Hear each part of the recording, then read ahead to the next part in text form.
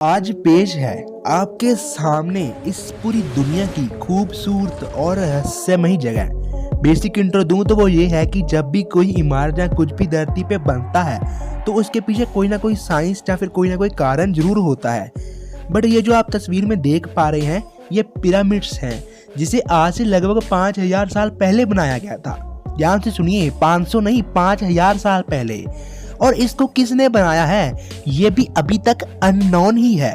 और 5000 साल पहले इतना परफेक्ट, इतना बड़ा स्ट्रक्चर बनाना सिर्फ मुश्किल ही नहीं बल्कि नामुमकिन भी है। और पिरामिड एक ऐसी जगह है जो पूरी दुनिया की आज तक की सबसे रहस्यमयी बिल्डिंग है और इसी के लिए इसे पूरी दुनिया का पहला अजूबा माना जाता है। जी हाँ, सही सुना आपने, ये दुनिया के 7 अजूबों में से, वंडर्स में से पहले नंबर पर आता है। आज का ये एपिसोड देखने के आपको पिरामिड के बारे में कुछ ऐसी मिस्टीरियस चीजें जानने को मिलेगी ना जो आपने कभी सपने में भी नहीं सोची होंगी। तो चलिए फिर साइंस से थोड़ा आगे चलते हैं। बेसिकली इंटरनेट के अकॉर्डिंग पिरामिड्स 4500 साल पुराने हैं, बट नहीं, ये इससे भी पुराने हैं। और सिर्फ ये ही नहीं, इंटरनेट पर पिरामिड से रिलेटेड मोर देन 70% थ्योरीज जो हैं वो लगभग गलत ही हैं। आप लोग यकीन नहीं मानोगे, मुझे पिरामिड पर रिसर्च करते हुए 1 साल से भी ज्यादा समय हो चुका है। एंड जो इन्फॉर्मेशन मैं आपको आज दूंगा उससे सुनने के बाद पिरामिड को लेकर आपका जो नजरिया है एकदम से ही बदल जाएगा। तो इस वीडियो को लास्ट तक जरूर देखिएगा।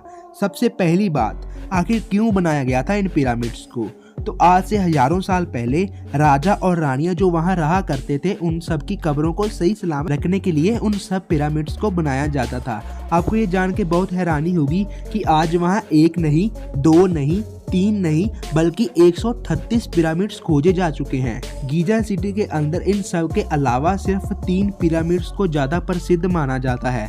उन तीनों में से एक पिरामिड ऐसा है जो सबसे बड़ा और सबसे ज्यादा पुराना भी है। इस पिरामिड को कुफू ने बनाया था अपने लिए, जो मिस्र के किंगडम के तीसरे राजा थे। साइंटिस्ट के अकॉर्डिंग इस पिरामिड को बनाने में लगभग 25 साल का समय लगा। नियर अबाउट 4000 साल तक ये इंसानों के द्वारा बनाया गया सबसे बड़ा स्ट्रक्चर कहलाता रहा। और पूरी वर्ल्ड में इतना पुराना कोई और स्ट्रक्चर आज तक एग्जिस्ट ही नहीं करता, सिर्फ पिरामिड को छोड़कर। और इस पिरामिड का वेट 60 लाख टन के बराबर है। इसको बनाने के लिए 23 लाख छोटे बड़े पत्थरों का इस्तेमाल किया गया था। सबसे बड़े पत्थरों की अगर एक एवरेज लें तो वो 80 टन से भी ज्यादा है। पर इतने बड़े पत्थरों को उठाना और एक ऐसे स्ट्रक्चर को एक ऐसी शेप देना मुश्किल ही नहीं, नामुमकिन भी है, क्योंकि ऐसी कोई टेक्नोलॉजी एग्जिस्ट ही नहीं करती थी 5000 साल पहले जो ऐसे स्ट्रक्चर को बनाने में काम आए। तब तो आयरन का भी इन्वेंशन नहीं हुआ था, बल्कि अगर किसी भी मेटल की बात करें तो सिर्फ तांबा ही एग्जिस्ट करता था तब के टाइम। और अभी तो रुकिए मेरे दोस्त, ओरियन कॉन्सेंट्रेशन में तीनों तारों की सेम एग्जिस्ट लोकेशन के अकॉर्डिंग ये तीनों पिरामिड्स खड़े हैं। आपको जान के ये बहुत ही हैरानी होगी कि जब कंपास भी इन्वेंट नहीं हुई थी तब ये स्ट्रक्चर को बनाया गया था। और पूरी दुनिया के अंदर पिरामिड के अलावा कोई ऐसा और स्ट्रक्चर नहीं है जिसकी चारों साइड, अर्थ की चारों side east, west, north, south से बिल्कुल अलाइन है, जो चारों साइड्स को पॉइंट आउट भी करता है। अब ये कोइंसिडेंस है? शायद बिल्कुल भी नहीं, क्योंकि अगर हम पूरी धरती का सेंटर लें और खोजें कि ये धरती का सेंटर कहाँ पे बनता है, सही सोच रहे हैं आप, पूरी धरती का सेंटर भी वही बनता है जहाँ पर ये तीनों पिरामिड्स मौजूद हैं। मेरे दोस्तों, भाइयों और बहनों, इस बात को कहीं भूल ना जाना, ये बात आज से लगभग 5000 साल पहले की है। सबसे पहले अगर हम बात करें द पिरामिड ऑफ गीजा, जिसे अखेत कुफू के नाम से भी जाना जाता है, इसको बनाना 2547 BCE में शुरू किया गया था। और जैसे मैंने पहले बताया 23 लाख पत्थरों को इस्तेमाल में लिया गया था, जिसमें से 3 तरह के पत्थर थे, 2 तरह के लाइमस्टोन एंड अंदर के हिस्से को 50 टन के ज्यादा बारीक ग्रेनाइट स्टोन से बनाया गया था। सबसे पहले किसी भी इमारत को बनाने के लिए एक अच्छा बेस बनाना बहुत जरूरी है। वहाँ की सही जगह ना होने की वजह से वहाँ के लोगों ने इस इंस्ट्रूमेंट का इस्तेमाल करके बेस को सही किया। बेस सही करना ही सब कुछ नहीं होता, उसके बाद उन्होंने उसकी अलाइनमेंट कैसे की, क्योंकि मैंने बताया कंपास भी इन्वेंट नहीं हुई थी तब। और चारों साइड्स धरती की चारों साइड से भी अलाइन है, पर आखिरकार कैसे? अच्छा, एक बारी के लिए इसको भी भूल जाओ। पहले सारा सामान लेकर आते हैं जो पिरामिड्स को बनाने में यूज हुआ था। सबसे पहले तो बनाने के लिए इस्तेमाल होने वाले पत्थरों को खदानों में से निकालना था। जिसके लिए लोहे और लकड़ी की जरूरत पड़नी थी। पर मैंने कहा था ना, लोहा तो तब दुनिया में था ही नहीं जिससे खोदने के लिए इंस्ट्रूमेंट बनाने थे, जिसलिए उनको कॉपर को इस्तेमाल में लेना पड़ा। पर अभी भी ये बात खत्म नहीं होती है। कॉपर की खदान गीजा से दूर सिनाई में थी, जिसके लिए उनको वादी तक बोट से होते हुए रेड सी पार करके नाइल नदी से वादी तक जाते हुए 200 किलोमीटर का सफर तय करना पड़ता था। ये सफर यहीं खत्म नहीं होता। उसके बाद रेड सी पार करके सिनाई तक पहुंचना और कॉपर की माइनिंग के बाद वापस लौटना आसान नहीं था, क्योंकि उनकी बोट्स में दोनों में से एक ही चीज आ सकती थी, या तो स्वयं वो खुद और या फिर कॉपर। इसलिए उनको सेदार नामक जंगल में से लकड़ियों से और बोट बनानी पड़ती, फिर वो कॉपर लेकर आ पाते। समुंदर के रास्ते, आपको सुनने में तो ये बहुत ज्यादा अजीब लग रहा होगा, I know, but yeah try to understand. Egypt desert है, रेतीला इलाका है, यहाँ रॉक्स तो मिल सकते हैं बट ट्रीज बहुत मुश्किल। अब इंस्ट्रूमेंट्स तो रेडी हैं जी खोदने के लिए पत्थरों को, तो मैंने जैसे बताया था एक्सटीरियर के लिए व्हाइट स्टोन्स एंड इंटीरियर के लिए granite and yellow limestones. Pyramid को बनाने के लिए येलो लाइमस्टोन्स को सबसे ज्यादा यूज में लिया गया था, क्योंकि वो इजिप्ट में बहुत आसानी से मिल सकते थे। अब बात करें ग्रेनाइट स्टोन और व्हाइट लाइमस्टोन्स की, तो व्हाइट लाइमस्टोन की खदान पिरामिड से नियर अबाउट 25 किलोमीटर दूर टूरा साउथ डायरेक्शन में थी। अब अगर ग्रेनाइट की बात करें तो वो 800 किलोमीटर नीचे साउथ आसमान में थी। वहां से पत्थर आने के बाद उनको शेप देने के बाद नाइल नदी से कंस्ट्रक्शन एरिया में लाया जाता था। अब कहानी खत्म नहीं होती बल्कि शुरू होती है, क्योंकि इतने बड़े बड़े पत्थरों को शेप देकर अलाइन करना इम्पॉसिबल था। सवाल ये है कि जो काम आज की टेक्नोलॉजी मशीन्स जो इतना वजन उठाती हैं वो भी इन पत्थरों को उठा नहीं सकती, तो आज से 5000 साल पहले इंसानों ने इसको कैसे किया? कारीगरों को ये पता था ये आसान नहीं है, इसलिए उन्होंने 3 रैंप बनाए जिससे बड़े पत्थरों को पहुंचाने में आसानी हो। बट ऊपर तक पहुंचाने के लिए इनको रैंप को और बड़ा करना पड़ता, इस वजह से मजदूरों को और ज्यादा मेहनत करनी पड़ती। इसलिए उन्होंने एक रैंप पिरामिड के साथ बनाया और इसके अंदर भी। वो दिखाई इसलिए नहीं देते क्योंकि इसको छोटे पत्थरों से बनाया गया था और बाद में हटा दिया गया था काम खत्म होने के बाद। And finally the great pyramid of Giza जैसे तैसे बन गया। पर नहीं, अभी नहीं, 23 लाख पत्थरों से बनकर तैयार हुए खुफू पिरामिड का वॉल्यूम ये है 2.7/10⁶ metre cube and it takes around 25 years in construction process. And इस वॉल्यूम के अकॉर्डिंग हर एक मजदूर को 300 से 400 ब्लॉक्स अपनी जगह फिट करने पड़े होंगे। आई मीन टू से एक ब्लॉक पर 2 मिनट। पर ये बहुत मुश्किल है क्योंकि इसके लिए कारीगरों को हर 20 सेकंड में एक पत्थर को बिल्कुल सही देना पड़ता, बिना किसी गलती के और 100% एफिशिएंसी के दम पर। बट 100% एफिशिएंसी तो आज के मशीन्स भी नहीं दे सकते, तो कैसे 25 सालों में ये इतना बड़ा पिरामिड से कुछ हजार लोगों की मदद से बिल्ड हो पाया? अच्छा, आप ये भी मान लो एक बारी के लिए बन गया, बट मैंने स्टार्टिंग में बोला था कि ये बनाया ही क्यों की भाई तुम लोगों ने इतनी मेहनत? चलो पहले वो भी जानते हैं। वो इसलिए बिकॉज ऑफ मम्मीफिकेशन। आजकल के साइंटिस्ट का ये मानना है, अकॉर्डिंग टू उन सब की हुई रिसर्च, कि राजाओं की कब्रों के लिए। मम्मी के बारे में तो आपने कभी ना कभी बहुत बात जरूर सुना होगा। तो उनका कहना है कि राजा रानियों के मरने के बाद मम्मीफिकेशन के प्रोसेस के दौरान उनकी बॉडी पर एक प्रकार का लेप लगाकर लाइनिन नामक फाइबर से बांधकर उनको पिरामिड में रखा जाता था। इसको अच्छे से एक्सप्लेन करूं तो वो ये है कि तब के टाइम्स पर फेरोस हुआ करते थे, क्योंकि एक पावरफुल फेरो ही एक ऐसे स्ट्रक्चर को बनवा सकता था जिसकी लंबाई दिल्ली के 3 कुतुब मीनार से भी ज्यादा है। लेकिन फेरोस ने आखिर क्यों बनवाया इसको?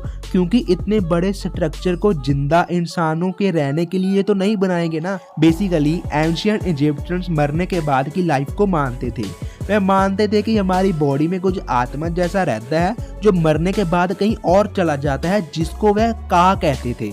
बेसिकली बॉडी के मर जाने के बाद का लाइफ एंजॉय करता था। मोस्टली इजिप्शियंस के लिए ओसिरिस गॉड ऑफ अंडरवर्ल्ड था, जो मरने के बाद इंसानों का टेस्ट लेता था। अगर कोई उस टेस्ट को क्लियर कर लेता था तो उसकी का हमेशा के लिए जिंदा रहती थी एंड लाइफ को जीती थी। इजिप्शियन किंग्स का कहना था कि पिरामिड के जैसे उसकी बॉडी भी हमेशा के लिए जिंदा रहे। इजिप्टियोलॉजिस्ट का ये भी कहना था कि वो लोग मरने के लिए सालों से प्रिपेयर करते थे, क्योंकि ये उन सब के लिए बहुत ज़्यादा महत्वपूर्ण चीज़ थी जिसके लिए वह अपनी बॉडी का मम्मीफिकेशन करवाया करते थे। क्रिमिनल्स को छोड़ के ये सब करवा सकते थे और फेरोज ही सबसे कॉस्टली प्रोसीजर्स करवाते थे। और अगर मैं आपको वो प्रोसेस बताऊं तो वो बहुत ही अनबिलीवेबल है। सबसे पहले तो उनके नाक के जरिए ब्रेन को निकाल लिया जाता था, देन पेट काटकर सब कुछ बाहर निकाला जाता था, फिर स्पाइस से भर के सील कर दिया जाता था, फिर लाइनिन के फाइबर वाले कपड़े से लपेट दिया जाता था। मम्मीफिकेशन के प्रोसेस के बाद उन्हें उनके टॉम्ब में ले जाया जाता था एंड पिरामिड्स की बहुत ही गहराई वाली जगह में दफना दिया जाता था। इसके अलावा उनके कुछ कीमती खजानों को भी, इसलिए पिरामिड्स को बनाया जाता था। एंड 138 पिरामिड्स इजिप्ट में मौजूद हैं, जिससे 3 सबसे बड़े हैं जिनका नाम है pyramid of Menkaure, pyramid of Khafre, pyramid of Khufu. आपको हैरान करने वाली बात बताऊं, आज तक रिसर्चर और साइंटिस्ट्स के अकॉर्डिंग पिरामिड में से एक भी मम्मी प्राप्त नहीं हुई। 12th सेंचुरी के लास्ट में मिस्र के सुल्तान अल अजीज द्वारा गिजा के इन पिरामिड्स को गिराने की कोशिश भी की गई थी। उन्होंने अपनी पूरी कोशिश की उनको गिराने की, बट अंत वो कोशिश नाकाम रही। पिरामिड ऑफ मेनकरे में जो ये निशान आप देख पा रहे हैं, ये अजीज की फौज के द्वारा किया गया हमला था, जो कि पिरामिड ऑफ मेनकौर में एक दाग लगा दिया। एक बात बताऊं आपको लगता होगा कि वीडियो खत्म होने वाली है, बट अब अफसोस नहीं, यहाँ से असली वीडियो स्टार्ट होती है। बेसिकली अगर हम सारे क्लूज को एक बार ध्यान से देखें, इस पूरी दुनिया की सबसे खूबसूरत जगह को 5000 साल पहले बनाया गया था, जो एक्चुअल में ही कितने रहस्यों में छिपाई हुई है। बेसिकली इन लोगों ने इनको तो बना दिया, बट लोगों के माइंड में बहुत सारे सवालों को छोड़ दिया। वीडियो के स्टार्ट में मैंने आप सबको एक चीज के बारे में बताया था, आसमान के 3 तारों का पिरामिड से अलाइन होना। पिरामिड्स के अंदर एक नेचुरल एसी होना, जो नेचुरली बाहर का टेम्परेचर चाहे जितना भी क्यों ना हो, बट अंदर का टेम्परेचर सिर्फ 20 डिग्री ही रखता है। सिर्फ 25 सालों में ऐसा स्ट्रक्चर बना देना, वो भी इतने हजारों साल पहले, ये बहुत ही रहस्यों को जन्म देता है। सिर्फ पिरामिड ही नहीं, बल्कि बाकी सब स्ट्रक्चर्स की बात करें, उनको भी समझ पाना बहुत मुश्किल है, क्योंकि जैसे मैंने पहले बताया, एक एग्जांपल देकर बताता हूँ। आज की मशीन्स 20,000 किलो का वजन ही एक बार उठा सकती हैं, बट तब मैंने क्या किया था, 80 टन मीन्स 80,000 किलो। लेकिन कैसे? तो चलिए अब असली वीडियो की शुरुआत करते हैं। इंटरनेट पर अवेलेबल एक थ्योरी है जिसका जिक्र मैंने पहले भी किया था, ओरियन कॉन्सेंट्रेशन थ्योरी, जिसका ये मानना है रात के समय अगर पिरामिड को देखा जाए तो आप ये देख पाएंगे आसमान में ये तीनों तारों के साथ पिरामिड अलाइन करते हैं। इस कॉन्सेंट्रेशन को ओरियन बेल्ट कहा जाता है, जिसके 3 मेन स्टार्स हैं जिनका नाम है अल्निटक, अल्नीलम एंड मिंटाका, जो पिरामिड से अटैच होते हैं। पिरामिड्स की अलाइनमेंट सेम इन तारों जैसी ही है, as according to this impossible theories. Scientist का ये भी कहना है कि पिरामिड को इंसानों ने नहीं बल्कि एलियंस ने बनाया है। वो कहते हैं कि वो एलियंस इन तारों में से आए थे, एंड उस समय पर जब वो आए और एक मॉडर्न टेक्नोलॉजी से इन पिरामिड्स को बनाकर गए। साइंटिस्ट का ये भी मानना है यूनिवर्स पर एग्जिस्ट करती इन चीजों का और तारों का पिरामिड के साथ कुछ स्ट्रॉन्ग कनेक्शन है। उन सब के बाद बहुत सारी रिसर्चेस हुई पिरामिड में, अंदर कैमरास को भेजा गया और भी बहुत कुछ किया गया, बट वो सब थ्योरीज इंसानी सोच से बहुत परे हैं एंड और भी बहुत नई रहस्यों को जन्म देती हैं। सो इसलिए मैं आपको और कंफ्यूज नहीं करना चाहता। एट लास्ट वहाँ की गवर्नमेंट ने पिरामिड्स पर और रिसर्चेस करने पर मनाही लगा दी। पिरामिड पर कुछ ऐसी ड्राइंग्स भी हैं जो इस बात पर साफ इशारा करते हैं कि जो कुछ यूएफओ, हेलीकॉप्टर्स, एरोप्लेन या फिर कुछ ऐसी एडवांस टेक्नोलॉजी से रिलेटेड हैं। बट माइंड 5000 साल पहले ये भी कैसे पॉसिबल है? इसके अलावा कुछ बड़ी आंखों, बड़े सरों वाले इंसानों की भी पेंटिंग्स भी हैं वहाँ पर, जो एलियंस जैसे दिखते हैं। इनमें से कुछ एलियन स्पेसशिप जैसे भी दिखाई देते हैं। इजिप्ट के अंदर एक ऐसा स्ट्रक्चर भी है जिसका फेस इंसानों जैसा है और शरीर शेर के जैसा दिखाई देता है। पहले के समय में ये दिखाई नहीं देता था, रेत से ढका हुआ था। बाद में खुदाई करने के बाद ये सामने आ पाया और 21 जून को हर साल जब सबसे बड़ा दिन और छोटी रात होती है, तब उस दिन शाम के समय जब इनको देखा जाए तो वो कुछ ऐसा व्यू करेंगे। पिरामिड्स के एग्जैक्ट सेंटर में उस शेर के सर के ऊपर इस प्रकार का व्यू। ये सब कोइंसिडेंट तो नहीं हो सकता ना, इसके पीछे अगर कुछ तो छिपा है, क्योंकि आज से इतने साल पहले सिर्फ एलियंस ही ये सब कुछ कर सकते हैं आसानी से, उनकी नॉलेज के दम पर। पिरामिड को जितना जानते जाएंगे उतना और ही रहस्यों में उलझते जाएंगे।